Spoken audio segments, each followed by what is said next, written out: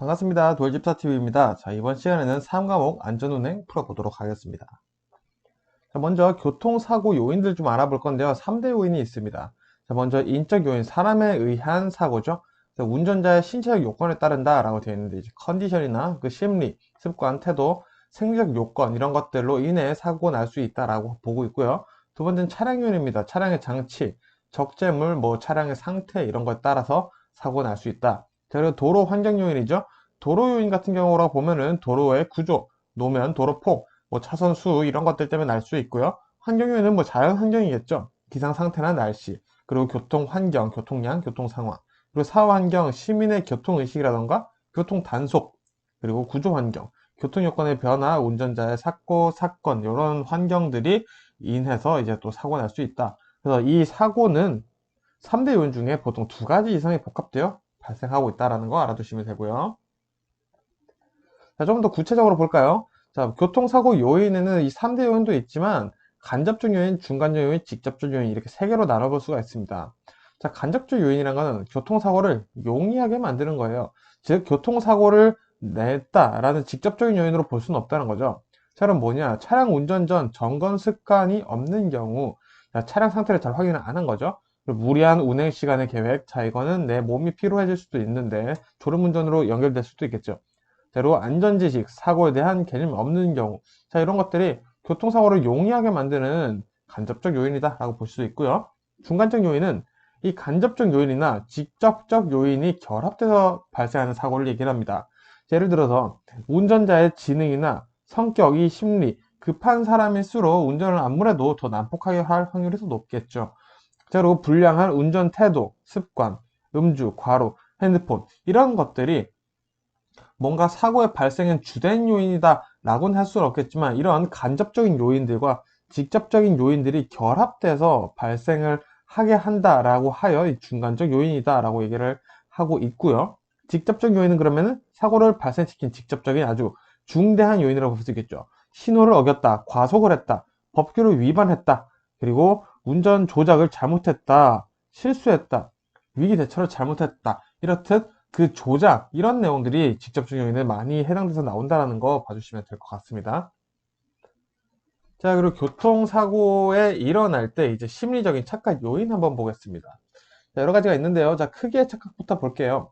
자, 어두운 경우 가로폭보다 세로폭을 더 넓게 판단한다라고 합니다. 되게 특이하죠? 자, 가로보다 세로를 더 넓다고 판단하는 게 크기의 착각이고요. 원근의 착각.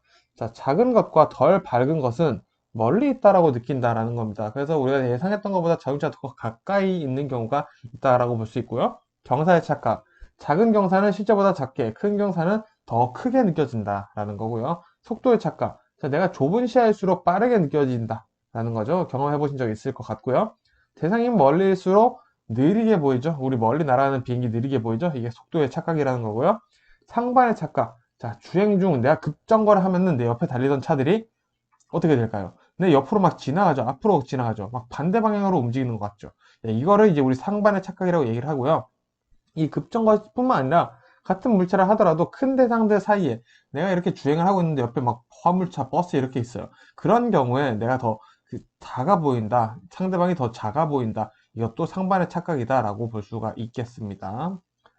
자, 그래서 교통사고에 이런 심리적인 착각 요인도 있는데 예측 실수도 있어요. 감정이 내가 격양되었거나 고민거리가 있어서 집중하지 못한다는 게죠. 시간이 허덕이는 경우 마찬가지죠. 즉, 결국에 운전에 집중 안 한 상태라고 본다면은 다 심리적 예측 실수다 판단할 수 있다는 겁니다. 그러면 이제 자동차의 물리적인 현상들에 대해서 한번 보도록 하겠습니다.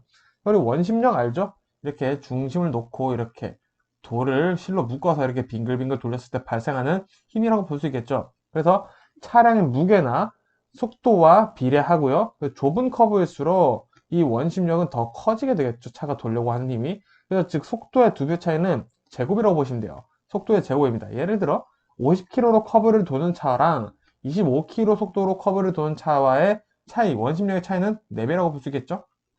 속도 2배다. 2배의 제곱이니까 4배다 라고 볼 수 있다라는 겁니다. 스탠딩 웨이브 현상 보여볼게요.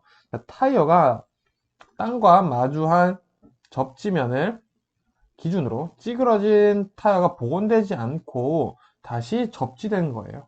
그러다 보니까 이 타이어가 접지되면서 여기 열이 발생해서 타이어가 찌글찌글해지는데 너무 빨리 돌다 보니까 이 쭈글쭈글해진 상태로 다시 접지를 해버리는 거예요.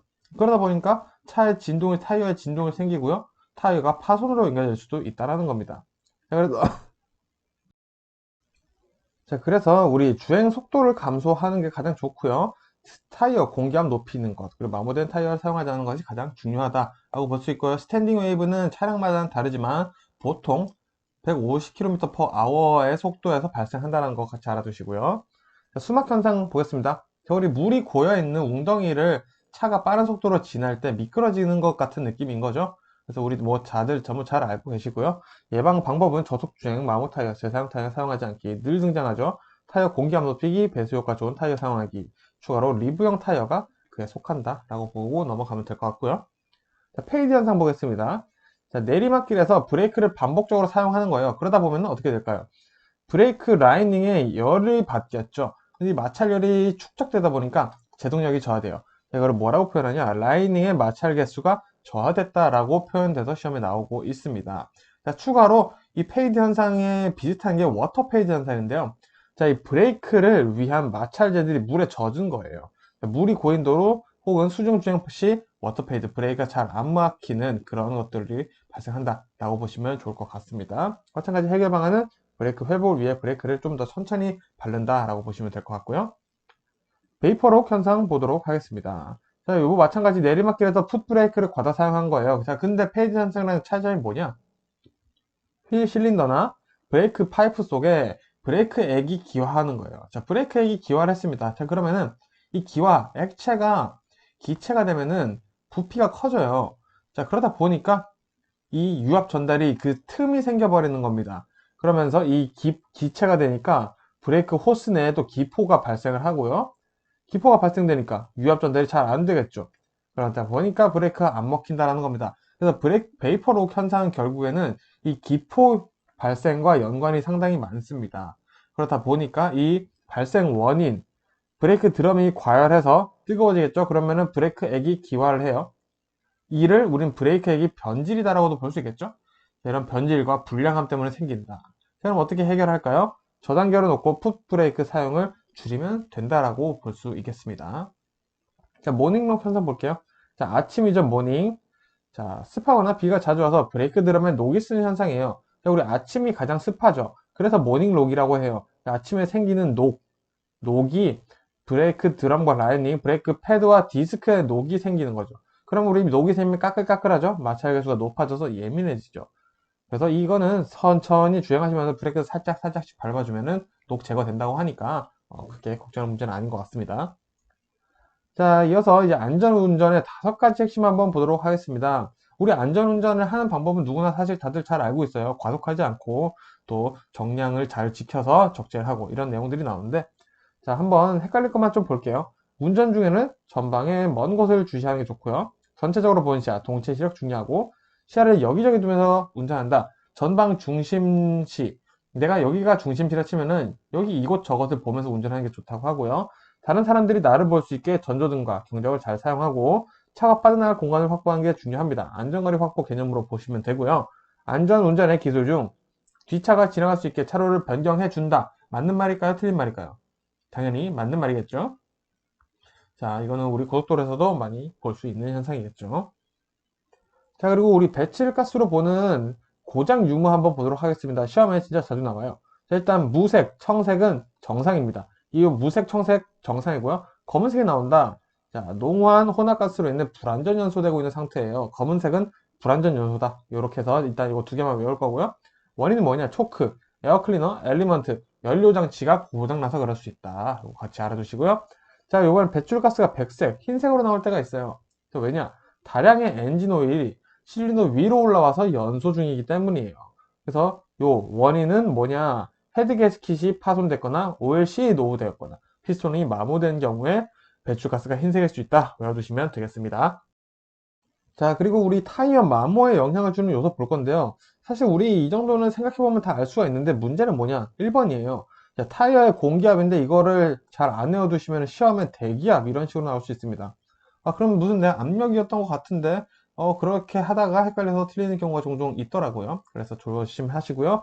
우리 커브나 커브길 같은 경우에는 우리가 차가 왼쪽으로 돌게 되면 왼쪽 바퀴에 무게가 쏠리겠죠. 그래서 타이어에 마모 영향을 줄 수 있다. 이렇게 이해를 해주시면 될 것 같고, 나머지는 뭐 충분히 이해가 되시죠?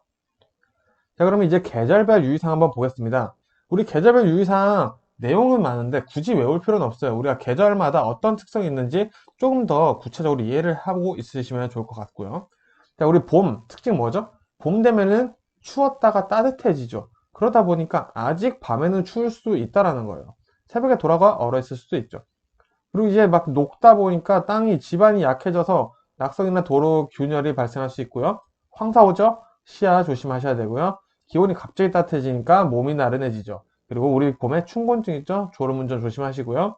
보행자 돌발 상황에 늘 대비한다. 자, 이거 왜냐? 우리 몸이 갑자기 따뜻해지다 보니까 사람들이 활발해지는 계절이라고 해요. 그래서 보행자들이 돌발 상황을 할 수 있다라고 알아두시면 되고요. 개학 시즌이죠? 어린이 사고, 노약자 사고가 증가하는 계절입니다. 그래서 충분한 휴식을 필요로 하는 계절이다 보시면 되겠고요. 여름도 마찬가지요. 우리 여름 딱 하면 떠오르는 거 장마죠. 자, 장마와 무더위 있습니다. 자, 벌써 짜증나죠. 운전에도 영향이 있겠죠. 악천후와 운전자의 불쾌지수 상승의 복합적 작용으로 교통사고를 일으킬 수 있다. 비가 많이 오니까 장마죠. 노면에 물이 많이 고요. 급제동 주의해야 되고요. 열대야, 졸음운전 야기하죠. 불쾌지수 높아서 난폭운전, 다툼, 경적이 증가할 수 있겠죠. 자, 여기서 추가로 보행자들이 우산을 많이 사용하다 보니까 보행자들이 시야 확보가 잘 안 돼요. 그래서 차를 잘 못 피하는 경우가 생길 수 있다. 요거는, 그럴 수도 있겠네. 요거는 어떻게 보면 좀 몰랐던 내용일 수도 있고요. 냉각수 점검, 여름에 제일 잘 해줘야겠죠. 습기 제거도 당연히 여름에 잘 해줘야겠죠. 자, 이런 식으로 보다 보니까 가을에도 우리 떠오른 게 있어요. 우리 단풍 여행. 단풍 보러 많이 가시죠? 그리고 우리 추수 계절 있죠. 자, 그리고 약간 쌀쌀해집니다, 이제. 자, 보겠습니다. 안개로 인한 추돌 사고 발생. 자, 물론 봄에도 안개가 있어요. 근데 안개가 가장 심한 계절은 가을이다. 외워두시면 되고요. 안개로 인해 아침에 노면 동결이 돼 있어서 제동사고도 발생하기 시작합니다. 그리고 단풍 등 경치 구경하다 보니까 주의력 부족 사고 많이 나죠. 이게 행락절 사고 주의로 연결될 거고요. 우리 추수하죠. 농번기, 농기계통행 주의해야겠죠. 그리고 가을 말에 기온이 이제 떨어지기 시작하다 보니까 보행자들이 이제 추워져요. 그러니까 주의력이 하락될 수 있다. 그래서 조심해 주시면 되겠고요. 겨울은 오히려 더 단순해요. 빙판길. 그리고 추워요. 추워요. 근데 빙판길 무섭죠. 저도 이제 서울 사람으로서 진짜 힘든 시기를 많이 보냈는데 빙판길 때문에 겨울이 그래서 가장 많은 사고가 많은 계절이다. 이거 하나만 보셔도 사실 크게 이해가 되시죠? 자, 그러면 우리 좀 특이한 거 볼게요. 자, 보행자들이 추위에 떨어 목적지까지 최단거리 이동한다. 자, 예를 들어 보겠습니다. 여기 횡단보도가 있어요. 버스 정류장이 여기 있습니다. 자, 그럼 여기 서 있던 보행자가 버스 정류장을 가려고 해요. 그럼 우리 보통은 이런 식으로 주행을 하죠. 자, 근데 너무 춥다 보니까 이렇게 주행을 하게 된다는 겁니다. 그래서 이런 경우에 또 교통사고가 발생할 수 있다라는 거 같이 이해해 두시면 좋을 것 같습니다. 자, 그러면 이제 곧 교통 약자에 대해서 조금 말씀드려 볼게요. 자, 먼저 나온 게 고령 운전자들이십니다. 나이가 많으시니까 우리가 대충 상상되는 특징들이 있으시죠? 자, 좁은 길에서 대형차를 만날 경우 불안감이 상승하시게 된다. 그리고 시각 능력, 청각 능력, 사고 신경 능력. 여기서 말하는 건 정확히 근육 능력이고요. 저하되기 시작하신다. 그래서 또 이제 추가로 보행 행동이 좀 궤적이 흔들린다. 이게 무슨 말이냐? 사선으로 걸으시거나 도로 중앙부로 걸으시는 경우가 있고 거리에 포스터나 이제 간판을 보면서 걷는 경우가 많다 보니까 이제 부주의한 경우들이 많이 생긴다라는 거죠. 소리가 나는 곳을 주시하지 못하시는 경우가 있다. 그래서 시험 문제에는 어떤 것들이 나오냐?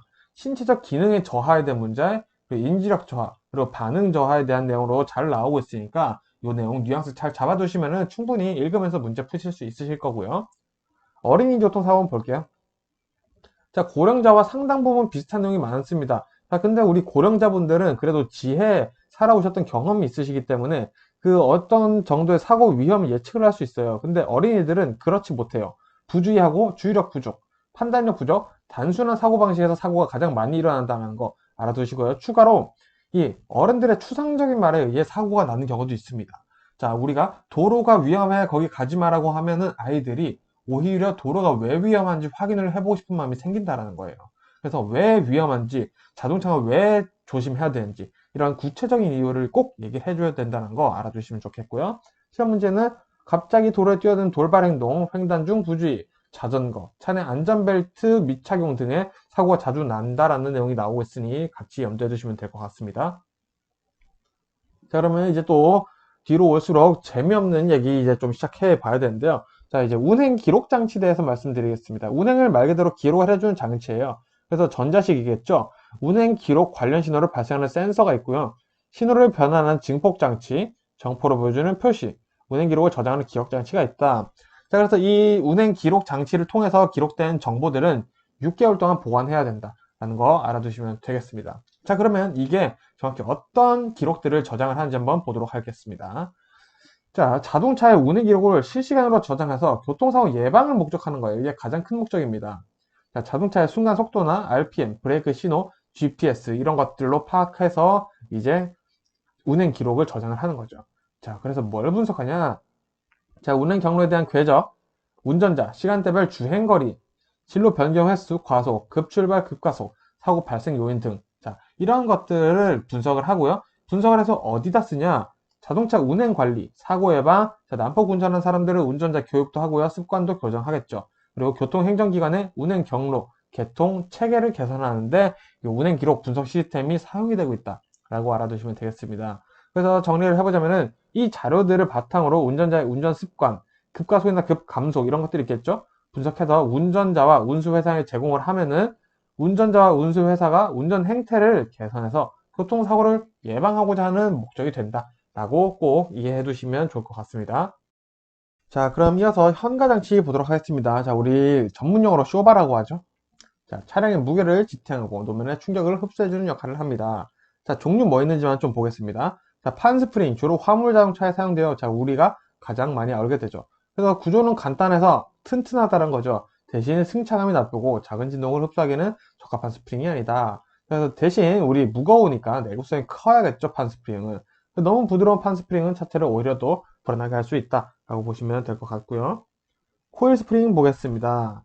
자, 코일의 상단 차체에 부착하고 하단은 차륜에 간접 연결된다. 자, 이렇게 되어 있고요. 주로 승용차에 사용되는 게 코일 스프링이다. 이걸 알아두시면 될 것 같고요. 그리고 비틀림 막대 스프링, 비틀림에 대한 충격을 흡수하는 특수 금속, 공기 스프링, 대형 차량, 버스에 사용되고 있죠. 충격 흡수 장치, 작동료를 채운 실린더가 스프링의 동작에 반해 충격 흡수하는 것이다. 그래서 이 종류, 현가장치 종류 한번 좀 외워두시면 될 것 같고요. 현가장치 관련 현상 보겠습니다. 자, 우리 바운싱이라고 하면 차가 위아래로 붙어 있는데 위아래로 진동을 하는 것을 얘기를 하고요. 피칭은 앞뒤로 진동을 하는 거예요. 그래서 피칭 현상으로 스키드 마크가 발생하고 롤링은 자, 좌우로 진동을 한다라고 보시면 되겠고요. 요잉은 차체 뒤쪽이 진동에 있는 걸 요잉이라고 합니다. 그리고 노즈다운 급정거 시 차체가 앞으로 기울어지죠. 그거를 노즈다운이라고 하고요. 이제 급 제동 시 차체가 뒤로 기울어지죠. 자, 그럼 이걸 노즈업이라고 한다라고 보시면 될 것 같습니다. 자, 그리고 조향장치 보겠습니다. 자, 진행 방향을 바꿔주는 장치들을 우린 조향장치라고 할 거고요. 자, 그림 한번 간단히 보고 이해해 보겠습니다. 자, 핸들부터 이렇게 쭉 연결돼서 이제 앞차축까지 연결이 되고 있죠. 자, 그럼 이 핸들이 무거운 원인 한번 보겠습니다. 먼저 타이어가 문제일 경우가 있어요. 공기압이 부족할 수 있고요. 조향기와 톱니바퀴가 마모되면 이 핸들이 잘 뻑뻑하게 돌아가지 않겠죠. 맞물려야지 슉슉 잘 돌아가는데. 그리고 앞바퀴 정렬 상태가 불량할 수 있어요. 타이어 마멸이나 조향기와 박스 내에 오일이 부족한 경우 핸들이 무거울 수 있다. 자, 그리고 핸들이 쏠리는 경우가 있어요. 어느 한쪽을 자꾸 쏠리는 경우가 있을 수도 있죠. 자, 마찬가지 타이어 공기압이 불균형할 수 있고요. 앞바퀴 정렬 상태가 불량할 수 있고 쇼업 서버 작동 불량, 허브 베어링 마멜이 과다한 경우 조향 핸들이 쏠릴 수 있다라고 이거 두 개 같이 외워두시면 좋을 것 같고요. 자, 여기서 중요한 건 이제 휠 얼라이먼트 보겠습니다. 휠 얼라이먼트는 총 4가지가 있어요. 이 캠버, 캐스터, 토인, 조향축, 킹핀 경사각을 우리는 휠 얼라이먼트라고 얘기를 할 건데 저는 어벤져스라고 보고 있습니다. 자, 이 친구는 결국 뭘 하냐? 자동차 앞바퀴가 자동차를 지지하는 데 필요한 모든 요소, 그리고 그 요소에 존재하는 여러 각도들을 얘기를 합니다. 자, 그래서 우리는 시험 중 뭘 외워야 되냐? 요걸 외워야 돼요. 캠버와 조향축 경사각, 킹핀이라고 경사각으로 나올 수도 있어요. 자, 이건 뭐냐? 핸들 조작을 가볍게 한다. 핸들이 잘 돌아갈 수 있게 해주는 역할을 결국 캠버가 한다라는 거고요. 캐스터는 그럼 뭐냐? 조향축 경사각과 작용을 했을 때 핸들의 복원성을 부여한다라고 되어 있습니다. 핸들의 복원성이 뭐냐? 결국 핸들의 이건 직진성을 얘기를 하는 거예요. 직진성을 부여한다는 얘기고요. 캐스터 혼자 작용했을 때는 이제 핸들 조작과 안정성, 이제 핸들 조작의 안정성과 확실함을 부여한다라고 보시면 되겠고요. 토이는 타이어의 마매를 최소로 줄여주는 역할을 한다라고 보시면 되겠고요. 또 초인 추가로 말씀 좀 드리겠습니다. 우리 자동차의 앞바퀴가 이렇게 있습니다. 자, 근데 앞바퀴에도 앞부분이 있죠. 앞부분을 A라고 했을 때 이 앞바퀴의 뒷부분 B라고 하겠습니다. 자, 근데 이 A가 B보다 좁은 상태를 우리 토인이라고 얘기를 할 거고요. A보다 B가 더 좁다. 그러면 토아웃이라고 합니다. 자, 근데 토인이 되어야지 앞바퀴 정렬 상태가 잘 되었다 라고 표현을 하고요. 토인이 좋은 거고 토아웃은 안 좋은 거다 라고 이해를 해주시면 좋을 것 같습니다. 자, 그래서 조금 더 알아보면은 조향축 경사각이라는 건 여러 친구들과 작용을 하죠. 자, 캠버와 작용을 하면 핸들의 조작을 가볍게 하고, 캐스터와 작용을 하면 앞바퀴의 보건성을 부여하죠. 직진이 쉬워진다라는 거고요. 또 앞바퀴의 심의 현상을 일으키지 않게 한다라는 특징이 있어요. 자, 이 심의 현상이라는 거, 일정 속도에 이르면 바퀴가 흔들리는 현상을 얘기를 하는 거고요. 이게 조향축 경사각이 또 영향이 있다라고 보시면 좋을 것 같습니다. 자, 그러면 이제 중앙 분리대 한번 보겠습니다. 먼저 종류에 대해서 좀 볼게요. 자, 방호 울타리형 중앙 분리대가 있고요. 연석형 중앙 분리대. 연석이 있다는 뜻이죠. 그래서 이 연석의 중간에 잔디나 나무를 심어서 녹지도 제공하고 운전자의 심리적 안정감에도 기여한다. 하지만 기능은 약한 편이다. 라는 평가를 받고 있고요. 광폭 중앙 분리대. 차로가 완전 분리될 수 있는 충분한 공간을 확보함으로써 분리시킨다. 자, 그래서 이 분리대, 광폭 중앙 분리대는 분리대의 폭이 넓을수록 분리대를 넘어가는 횡단 사고가 굉장히 적어질 수밖에 없겠죠. 전체 사고에 대한 비율도 낮춰준다라는 특징이 있습니다. 자, 그리고 우리 맨 처음에 나왔던 방어 울타리형 중앙분리대 있죠. 자, 이 친구의 목적은 뭐냐 그러면 사고 예방이 아니라 사고가 나긴 나되 사고의 형태, 유형을 바꿔주는 것이 핵심이라는 겁니다. 자, 무슨 말이냐 좀 더 보겠습니다. 자, 먼저 중앙분리대 기능을 한번 비교해서 볼게요. 중앙분리대는 상하차도의 교통분리, 광폭분리대는 사고 및 고장 차로가 잠시 쉴 수 있는, 정지할 수 있는 공간을 제공하기도 하고요. 자, 보행자의 안전이 보장되고, 자, 4번, 불법 유턴을 방지할 수도 있어요. 자, 그리고 야간 대향차, 마주오는 차에 쌍라이트라고 하죠. 형광 방지도 해주고 있습니다. 자, 근데 그럼 방어 울타리는 뭘 하냐? 자, 횡단을 방지할 수 있어야 하고요. 차량을 감속시킬 수 있어야 하고, 차량이 대형차로 튕겨나가지 않게 하고, 차량의 손실을 줄일 수 있다는 겁니다. 자, 무슨 말이냐? 손실을 줄일 수 있다는 건 손실이 있다는 뜻이고요. 튕겨나가지 않게라는 건 부딪힌다는 뜻이고, 감속시킬 수 있다면 어쨌든 속도는 빠르다라는 거죠. 그래서 얘는 사고 예방을 아니라, 사고를 안 내겠다는 게 아니라 대형 사고 날 거를 소형 사고로 줄여주겠다. 사고의 형태를 바꿔주겠다. 중앙선 침범 사고일 거를 그냥 충돌 사고로, 추돌 사고로 변형시켜 주겠다. 이런 역할을 하는 게 방어 울타리라는 거 꼭 알아두시면 좋겠습니다. 방어 울타리는 사고를 방지, 예방하는 것은 아닙니다. 자, 그리고 끝으로 이제 고속도로에서 교통사고 발생했을 때 어떻게 대처할지 한번 보겠습니다. 자, 가장 중요한 거 시험에 나오는 건 2차 사고 방지를 잘 하냐 이 얘기를 합니다. 네. 안전 삼각대 설치하고요. 갓길 혹은 길어깨로 차량 이동을 잘 하고 차량 안이나 주변에 있지 말고 안전한 장소로 꼭 대피를 하라 이런 얘기 자주 나옵니다. 그래서 우리 터널 내 화재 시 행동 요령 보면은 차량과 함께 터널 밖으로 대피할 수 있으면 대피하라고 합니다. 그런데 대피를 못할 시에는 최대한 갓길로 정차하고요.